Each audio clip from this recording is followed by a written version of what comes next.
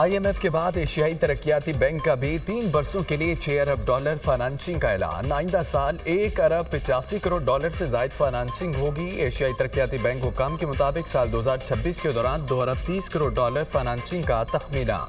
2027 کے دوران $2 ارب 25 کروڑ کی فائنانسنگ کی جائے گی۔ 3 برسوں کے دوران $2.8 ارب کی رعایتی فائنانسنگ فراہم کی جائے گی۔ فائنانسنگ صحت، تعلیم، کلائمیٹ اینڈ ڈیزاسٹر کے منصوبوں پر خرچ ہوگی۔ ADB financing resource mobilization, export promotion کے لیے خرچ کی جائے گی۔ ADB فائنانسنگ FPR ڈیجیٹلائزیشن اور SOEs ریفارمز کے لیے خرچ ہوگی۔ سلیم مانوی والا کی زیر صدارت سینٹ قائمہ کمیٹی خزانہ میں کنٹری ڈائریکٹر ADB کی بریفنگ۔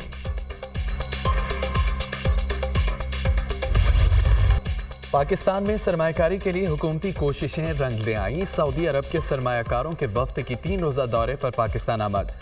سعودی وزیر سرمایہ کاری خالد بن عبدالعزیز کی قیادت میں اعلیٰ سطح کا وفد اسلام آباد پہنچا۔ وفاقی وزراء مصدق ملک، جام کمال خان، عبدالعلیم خان نے استقبال کیا۔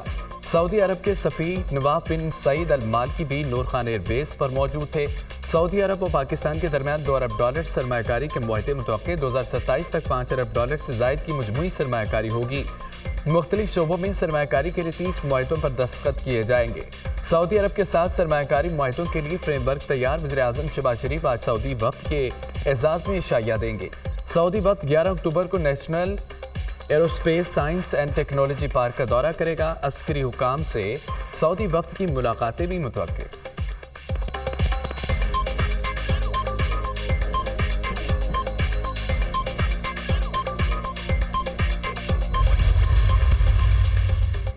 وزیر خزانہ محمد اورنگزیب سے ایشیائی ترقیاتی بینک کے وفد کی ملاقات۔ پاکستان کی معیشت سے متعلق امور پر تفصیلی تبادلہ خیال۔ وزیر خزانہ نے معیشت کی بحالی کے لیے ایشیائی ترقیاتی بینک کے تعاون کو سراہا۔ وزیر خزانہ محمد اورنگزیب نے ملکی معیشت بارے وفد کو آگاہ کیا۔ معیشت کی مضبوطی کے لیے جاری حکومتی اصلاحاتی ایجنڈے پر روشنی ڈالی۔ وزیر خزانہ کا معاشی ترقی کے لیے اٹھائے گئے حکومتی اقدامات کے عزم کا اظہار۔ کہا کہ اصلاحات کی بدولت معاشی بہتری کا سفر جاری ہے۔ وزیر اعظم کا معاشی اصلاحاتی ایجنڈے پر عمل درآمد کے لیے اہم کردار ہے۔ حکومت مختلف شعبوں میں اصلاحات کے لیے پرعزم ہے۔ برآمدات میں اضافہ، مہنگائی میں کمی معاشی بحالی کا نتیجہ ہے۔ شرح سود میں اب تک 4% سے زائد تک کی کمی کی جا چکی ہے۔ اسٹاک مارکیٹ میں کاروبار کے مثبت اشاریے معاشی بہتری کا نتیجہ ہے۔ ایشیائی ترقیاتی بینک وفد نے پاکستان کی معاشی ترقی کے لیے اقدامات کو سراہا۔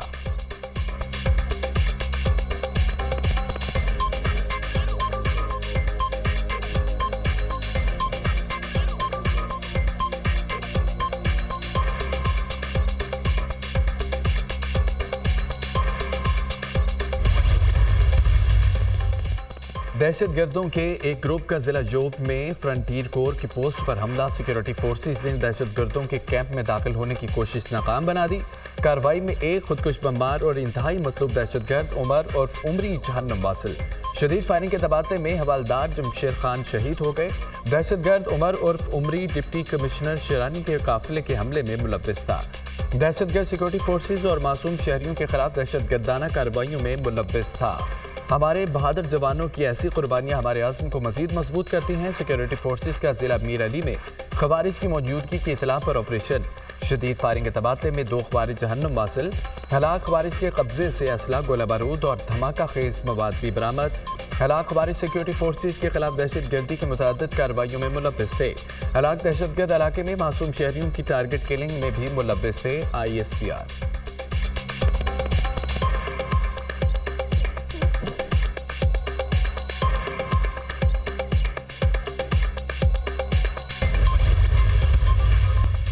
پاک فوج کے شہداء قوم کا فخر ہیں۔ ملک کی سلامتی کے لیے پاک فوج کی قربانیاں فراموش نہیں کی جا سکتی۔ قوم شہداء اور ان کے اہل خانہ کی ہمیشہ مقروض رہے گی۔ وزیر اعظم شہباز شریف کی فیصل آباد میں لیفٹیننٹ کرنل محمد علی شوکت شہید کی گھر آمد۔ اہل خانہ سے ملاقات، تعزیت کا اظہار۔ کہا کہ لیفٹیننٹ کرنل محمد علی شوکت شہید نے شرپسند عناصر کا ڈٹ کر مقابلہ کیا۔ شہید نے وطن سے وفا کے عہد کی پاسداری کی۔ دہشت گردی کے خلاف جنگ میں پوری قوم افواج پاکستان کی شانہ بشانہ ہے۔ دہشت گردی کے مکمل خاتمے تک جنگ جاری رکھیں گے۔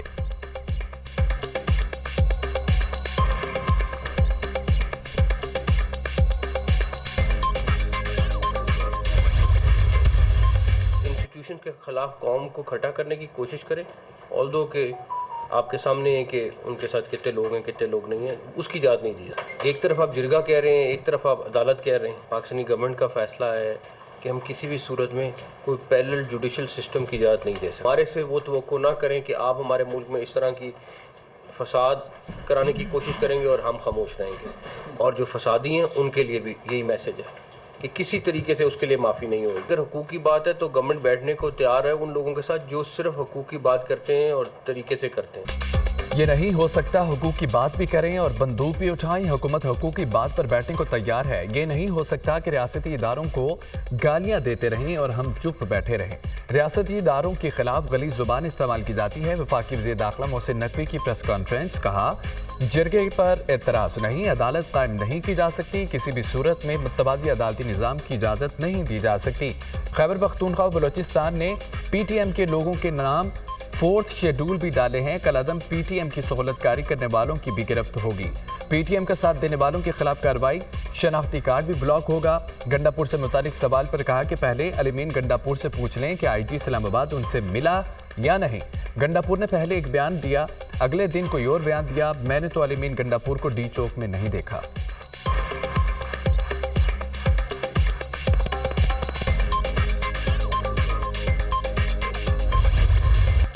وفاقی حکومت نے انسداد دہشت گردی ایکٹ کے تحت پی ٹی ایم کو کل عدم قرار دیا۔ نوٹیفیکیشن کے مطابق پی ٹی ایم ریاست اور آئین مخالف سرگرمیوں میں ملوث ہے۔ مشیر اطلاعات کے پی بیرسٹر سیف کا بیان، کہا کہ قانون کے تحت کل عدم تنظیم کو کسی سیاسی اجتماع کا جلسے جلوس کی اجازت نہیں دی جا سکتی۔ ضلع خیبر میں پی ٹی ایم کی اجتماع کے اعلان کے بعد دفعہ 144 نافذ کی گئی۔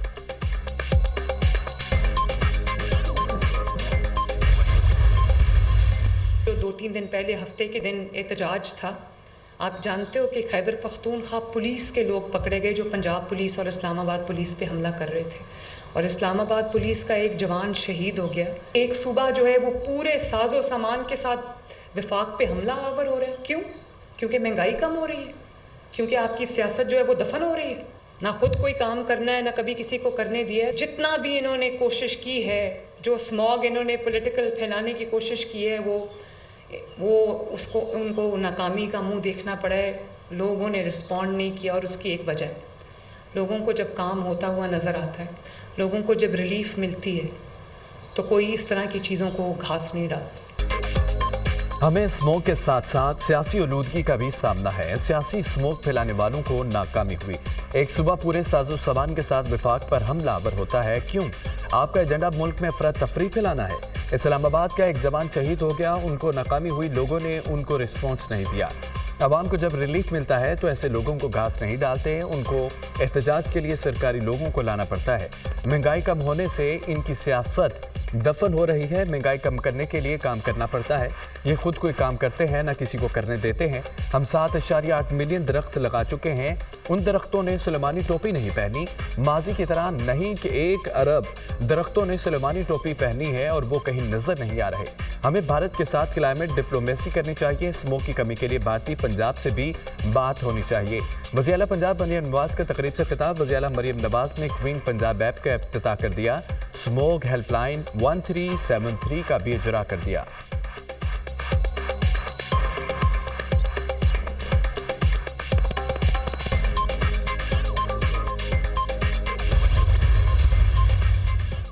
پیپلز پارٹی کا حکومت کو آئینی ترمیم پر جلد بازی نہ کرنے کا مشورہ۔ حکومت آئینی ترمیم بارے ڈیڈ لائن دینے سے اجتناب کرے۔ حکومتی ڈیڈ لائنز آئینی ترمیم بارے معاملات کو پیچیدہ بنا رہی ہے۔ پیپلز پارٹی بلاول بھٹو زرداری سے اسلام آباد کے صحافیوں کی ملاقات۔ گفتگو کرتے ہوئے بلاول بھٹو نے کہا، مجوزہ آئینی ترمیم پاس کرانے کے لیے ٹائم لائن کا مسئلہ نہیں، محسوس کرتا ہوں کہ 25 اکتوبر تک آئینی ترمیم پاس کرا لی جائے گی۔ کوشش تھی مولانا سمیت تمام سیاسی جماعتوں کو ساتھ لے کر چلا جائے۔ آئینی عدالتوں اور عدالتی اصلاحات پر مولانا مان گئے تھے۔ حکومت آئین کے آرٹیکل 8 اور 51 پر ترمیم لانا چاہتی تھی، لیکن پیپلز پارٹی اور جے یو آئی نے انکار کر دیا۔ بانی پی ٹی آئی اور اس کی جماعت کو موقع دیا، لیکن انہوں نے غیر سنجیدگی دکھائی۔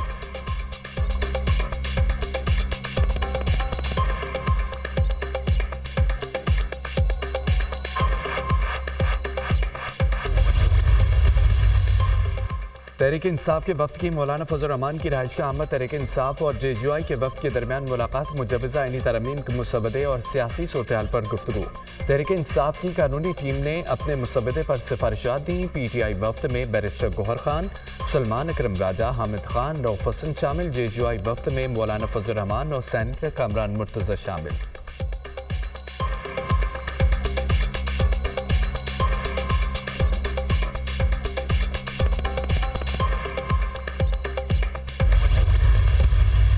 5 پاور پلانٹ جو کہ بجلی بنا ہی نہیں رہے تھے یا بنا بھی رہے تھے تو ایک پلانٹ شاید اس میں سے 10 یا 11% بنا رہا تھا، باقی تو پلانٹ بجلی بنا ہی نہیں رہے سال سے.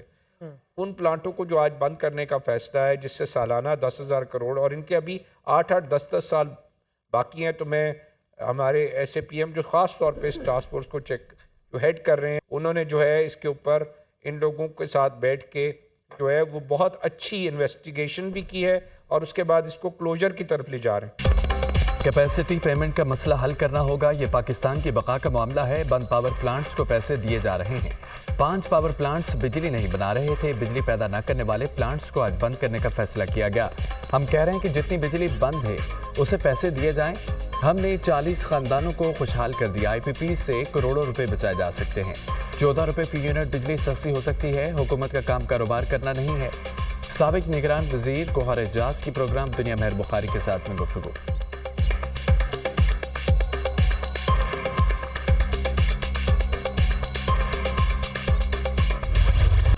ڈیم فنڈ میں 23 ارب روپے سے زائد رقم موجود ہے. فنڈ میں آنے والی رقم 11 ارب اور مارک اپ 12 ارب سے زائد ہے. لیگل ایڈوائزر اسٹیٹ بینک کا سپریم کورٹ میں ڈیم فنڈ کیس کی سماعت کے دوران بیان. مارک اپ کون ادا کرتا ہے؟ چیف جسٹس قاضی فائدیسہ کا اسٹیٹ بینک حکام سے استفسار. مارک اپ ٹی بلز کے ذریعے حکومت ادا کرتی ہے. ڈیمز فنڈ کی مکمل تحقیقات ہیں، کوئی خردبرد نہیں ہوئی. ایڈیشنل ایڈیٹر جنرل کا جواب. چیف جسٹس نے کہا کہ حکومت پر مارک اپ کا بوجھ ڈال کر خوش ہو رہے ہیں کہ 11 ارب روپے بڑھ کر 23 ارب روپے ہو گئے ہیں. یہ تو آنکھوں میں دھول جھونکنے والی بات ہے. کیا سپریم کورٹ ڈیمز فنڈ میں موجود رقم رکھ سکتی ہے؟ ایڈیشنل ایڈیٹر جنرل نے کہا کہ سپریم کورٹ ڈیمز فنڈ کی رقم اپنے پاس نہیں رکھ سکتی. چیف جسٹس قاضی فائدیسہ نے ریمارکس دیے کہ جب سپریم کورٹ میں عجیب و غریب چیزیں ہو رہی ہوتی ہیں اس وقت کوئی اعتراض نہیں کرتا. پاکستان میں بہت سے کام بغیر آئین و قانون کے ہی ہو جاتے ہیں. میں نے حلف آئین کی بالادستی اور عمل درآمد کا اٹھایا تھا. عدالتی فیصلوں کا رہیں. کیس کی سماعت جمعے تک ملتوی.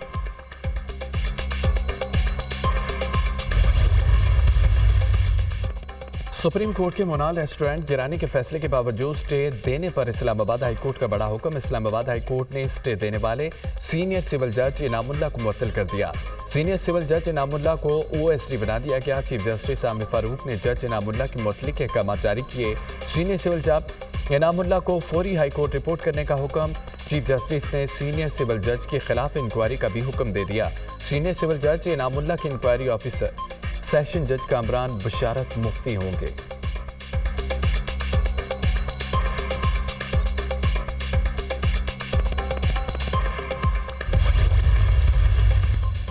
بزرگ سیاستدان الہی بخش سومرو انتقال کر گئے. نماز جنازہ آج کراچی میں ادا کیا جائے گا.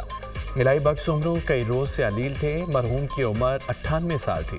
الہی بخش سومرو اسپیکر قومی اسمبلی اور وفاقی وزیر رہ چکے ہیں. اسپیکر قومی اسمبلی ایاز صادق کا گہرے دکھ اور افسوس کا اظہار. گورنر سندھ کامران ٹسوری کا الہی بخش سومرو کے انتقال پر اظہار افسوس.